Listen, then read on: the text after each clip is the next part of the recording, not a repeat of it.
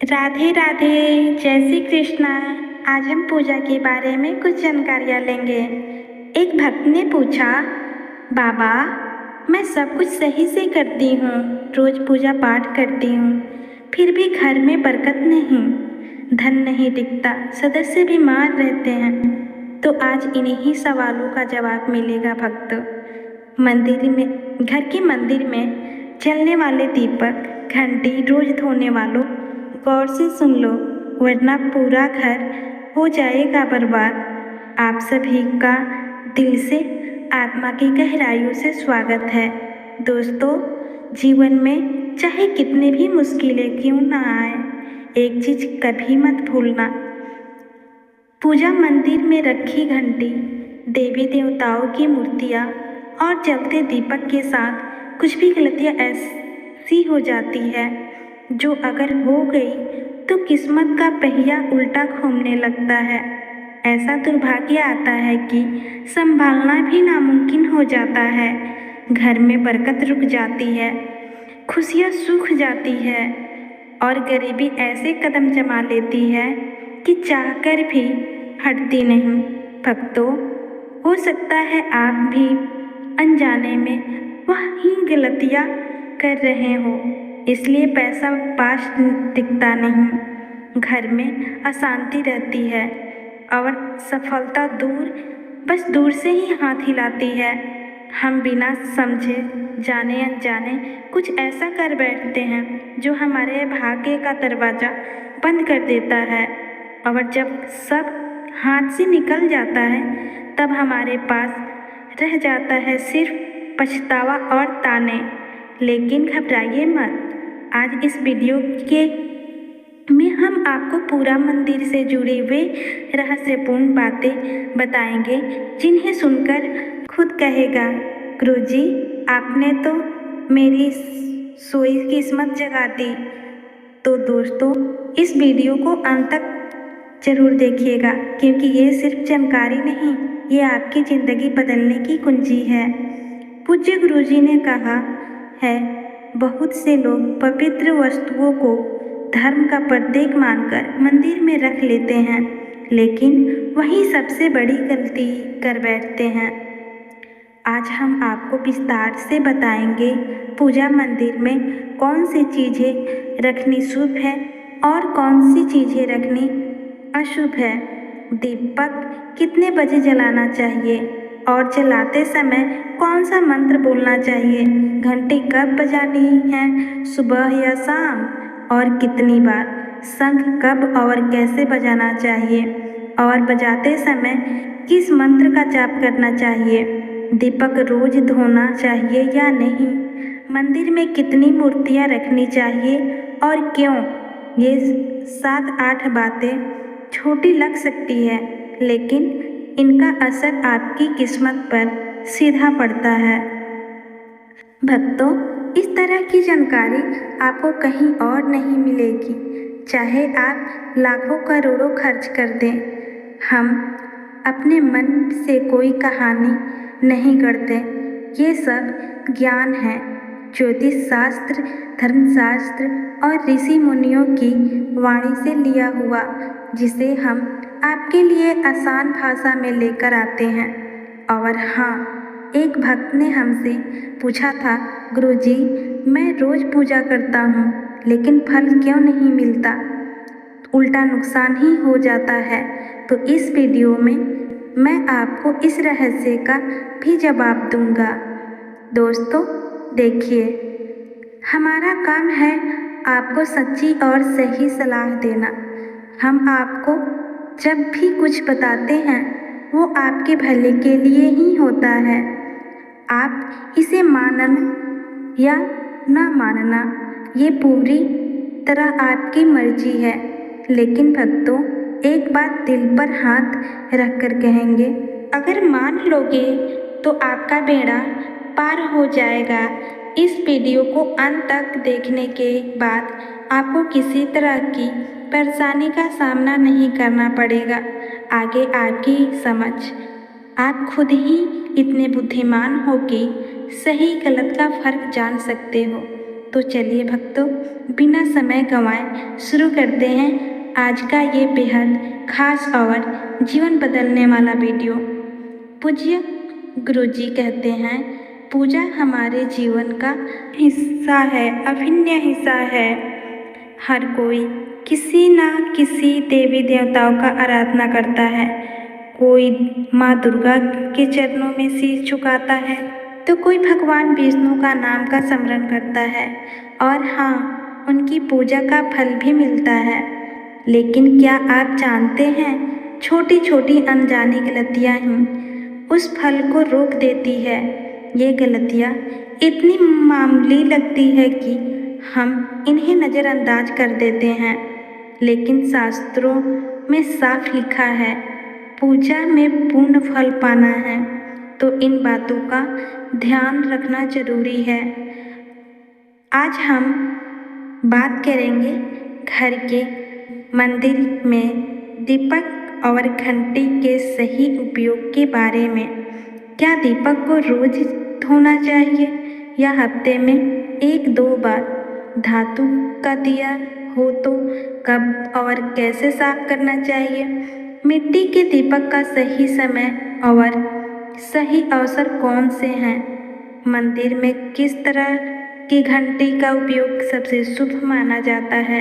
घंटी कब बजानी है, कितनी बार बजानी है, और क्या शाम की पूजा में घंटी बजाना उचित है? इन सभी सवालों के जवाब आपको आज के इस वीडियो में मिलेंगे। भक्तों, एक बात याद रखिए, अधूरी जानकारी कभी कभी नुकसानदेह साबित होती है, इसलिए इस वीडियो को अंत तक देखना जरूरी है। कुछ लोग होते हैं जो वीडियो को इधर उधर से काट कर देखते हैं, बीच में स्किप करते हैं और फिर कहते हैं कि जीवन में सफलता क्यों नहीं मिल रही। अरे, जब ज्ञान ही आधा अधूरा ले रहे हो तो फल पूरा कैसे मिलेगा? और सच कहूँ तो कई लोग तो नाच गाने और अर्धनग्नता वाले वीडियो पूरा देख लेते हैं, लाइक भी करते हैं, सब्सक्राइब भी करते हैं, लेकिन जब हम आपके भले के लिए ज्ञान की बातें करते हैं तो आधा छोड़कर चले जाते हैं। फिर शिकायतें करते हैं कि जीवन में अंधकार क्यों है। भक्तों, ये ज्ञान आपको कहीं और नहीं मिलेगा, ना किताबों में इतनी साफ भाषा में, ना किसी पंडित से मुफ्त में। तो इसे छोड़ना आपके जीवन की बरकत छोड़ने के बराबर है। अब फैसला आपका है, देखो या अनदेखा करो, लेकिन जो देखेंगे और समझेंगे उनका फल कल जरूर उज्जवल होगा। तो चलिए भक्तों, बिना और सफाई किए शुरू करते हैं आज का ये पवित्र और जीवन परिवर्तनकारी सफ़र। भक्तों, सबसे पहले बात करते हैं मिट्टी के दिए की। ये साधारण सा दिखने वाला दिया वास्तव में शुभ्रता और पवित्रता का प्रतीक है। दिवाली हो, कोई धार्मिक पर्व हो या फिर कोई बड़ा अनुष्ठान, मिट्टी का दिया जलाने का अपना ही महत्व है। घर के मंदिर में या दरवाजे के पास जब इसे जलाया जाता है तो ऐसा लगता है मानो लक्ष्मी माता खुद आपके आंगन में प्रवेश कर रही हो। लेकिन भक्तों, ध्यान दीजिए, जब ये दिया मंदिर में रखा जाता है तो इसके नियम बदल जाते हैं। मिट्टी का दिया एक बार जलाने के बाद दोबारा मंदिर में नहीं रखना चाहिए। हर बार नया मिट्टी का दिया का उपयोग करना शुभ माना गया है।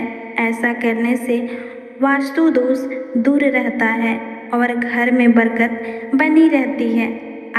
अब आगे इस वीडियो में हम जानेंगे मंदिर की घंटी से जुड़े वे रहस्य जो शायद आपके पहले कभी सुनी नहीं।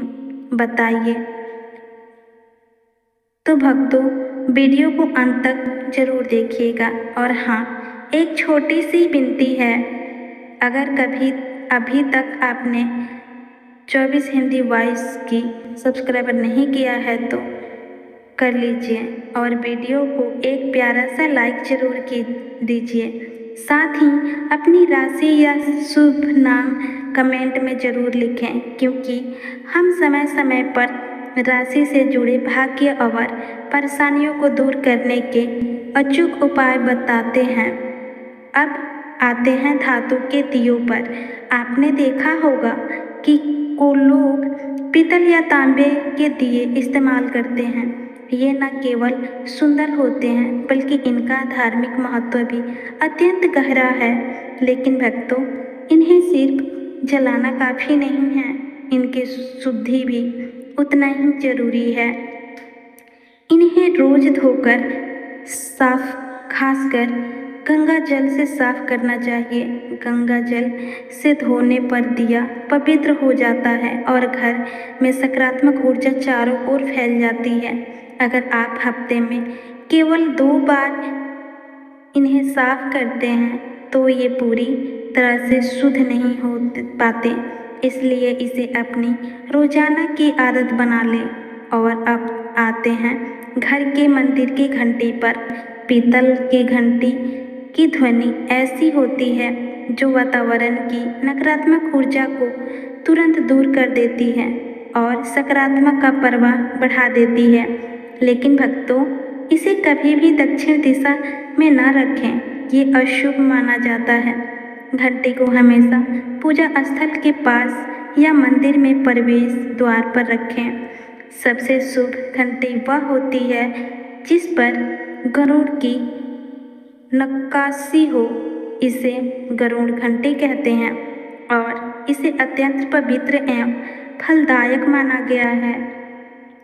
अब सवाल आता है, घंटी कितनी बार बजानी चाहिए? लोग भोग लगाते समय घंटी को 5 बार बजाएं। ऐसा करने से भगवान भोग को जल्दी स्वीकार करते हैं। पूजा के दौरान घंटी को जोर जोर से या लगातार नहीं बजाना चाहिए, सिर्फ 3 बार बजाना ही उचित है। घंटी को हमेशा दाहिने हाथ से बजाएं और इसका मुख पूजा स्थल की ओर होना चाहिए। याद रखिए, घंटी को सुबह की पूजा में ही बजाना शुभ माना गया है। शाम की पूजा में घंटी बजाने से बचना चाहिए, क्योंकि शास्त्र में इसे उचित नहीं माना गया है। इन नियमों का पालन करने से आपका पाठ पूजा कई गुना अधिक फलदायक और प्रभावी हो जाएगा। भक्तों, ये बातें छोटी लग सकती हैं, लेकिन इनका असर आपकी किस्मत पर गहरा पड़ता है। भक्तों, एक और बहुत ही महत्वपूर्ण बात है जो अक्सर लोग नज़रअंदाज कर देते हैं। जब भी आप किसी मंदिर जाएं, खासकर घर के बाहर वाले मंदिर में, तो मंदिर में प्रवेश करते समय ही घंटी बजाएं। मंदिर के बाहर निकलते समय घंटी बजाने की कोई आवश्यकता नहीं होती। जब आप घंटी बजाते हैं तो यह सिर्फ आवाज़ ही नहीं होती, यह भगवान को दिया गया संकेत होता है। प्रभु, मैं आपके द्वार पर आ चुका हूँ, आपकी शरण में हूँ। एक बार घंटी बजाने का मतलब है कि आपने भगवान के दरबार में प्रवेश कर लिया है और पूजा आरंभ कर रहे हैं। 2 बार घंटी बजाने का अर्थ है आप अपनी प्रार्थना, अपने मन की बातें सीधे भगवान के समक्ष रख रहे हैं। अब भक्तों, हम आपको कुछ ऐसी बातें बताने जा रहे हैं जिन्हें शायद आपको कोई न बताए, इसलिए इन बातों को ध्यान से सुनिए, क्योंकि ये आपके पूजा पाठ को और भी अधिक फलदायी बना सकती है। लेकिन उससे पहले, अगर आपने अभी तक कमेंट बॉक्स में जय माता लक्ष्मी नहीं लिखा है तो ज़रूर लिख दीजिए। आपके ये शब्द हमें आशीर्वाद जैसे लगते हैं और जब आप वीडियो को लाइक करते हैं तो हमारा मनोबल बढ़ता है। यही उत्साह हमें आपके लिए और भी मूल्यवान और आध्यात्मिक जानकारी लाने की प्रेरणा देता है। अब आइए जानते हैं कि पूजा मंदिर के कुछ आवश्यक नियम। पूजा करते समय आपका मुख हमेशा पूर्व दिशा की ओर होना चाहिए। यह दिशा सबसे शुभ माना जाता है क्योंकि यहाँ से सूरज की पहली किरण आती है जो सकारात्मक ऊर्जा से भरी होती है। पश्चिम की ओर मुख करके भी पूजा की जा सकती है, लेकिन पूर्व दिशा का लाभ कई गुना अधिक है। घर की सीढ़ियों के पास पूजा घर बनाना अशुभ माना गया है क्योंकि वहाँ नकारात्मक ऊर्जा का प्रवाह अधिक होता है। भगवान का आसन हमेशा अपने आसन से ऊंचा होना चाहिए, कम से कम 10 इंच ऊंचा। भगवान की प्रतिमा को सीधे जमीन पर रखना अशुभ माना जाता है। ऊंचा आसन पूजा स्थल में सकारात्मक और ऊर्जावान माहौल बनाए रखता है। पूजा करते समय हमेशा चटाई या आसन पर बैठें। यह न केवल आरामदायक है बल्कि ध्यान और श्रद्धा को भी स्थिर रखता है। ध्यान दें कि आप आसन भगवान के आसन से ऊंचा न हो। इससे भगवान के प्रति आदर और विनम्रता बनी रहती है। भक्तों, अगली बात बेहद जरूरी है। पूजा घर में कभी भी सड़े बासी या मुरझाया हुआ फूल न रखें। मुरझाए फूल पूजा में अशुभ माने जाते हैं क्योंकि वे नकारात्मक ऊर्जा को बढ़ाते हैं।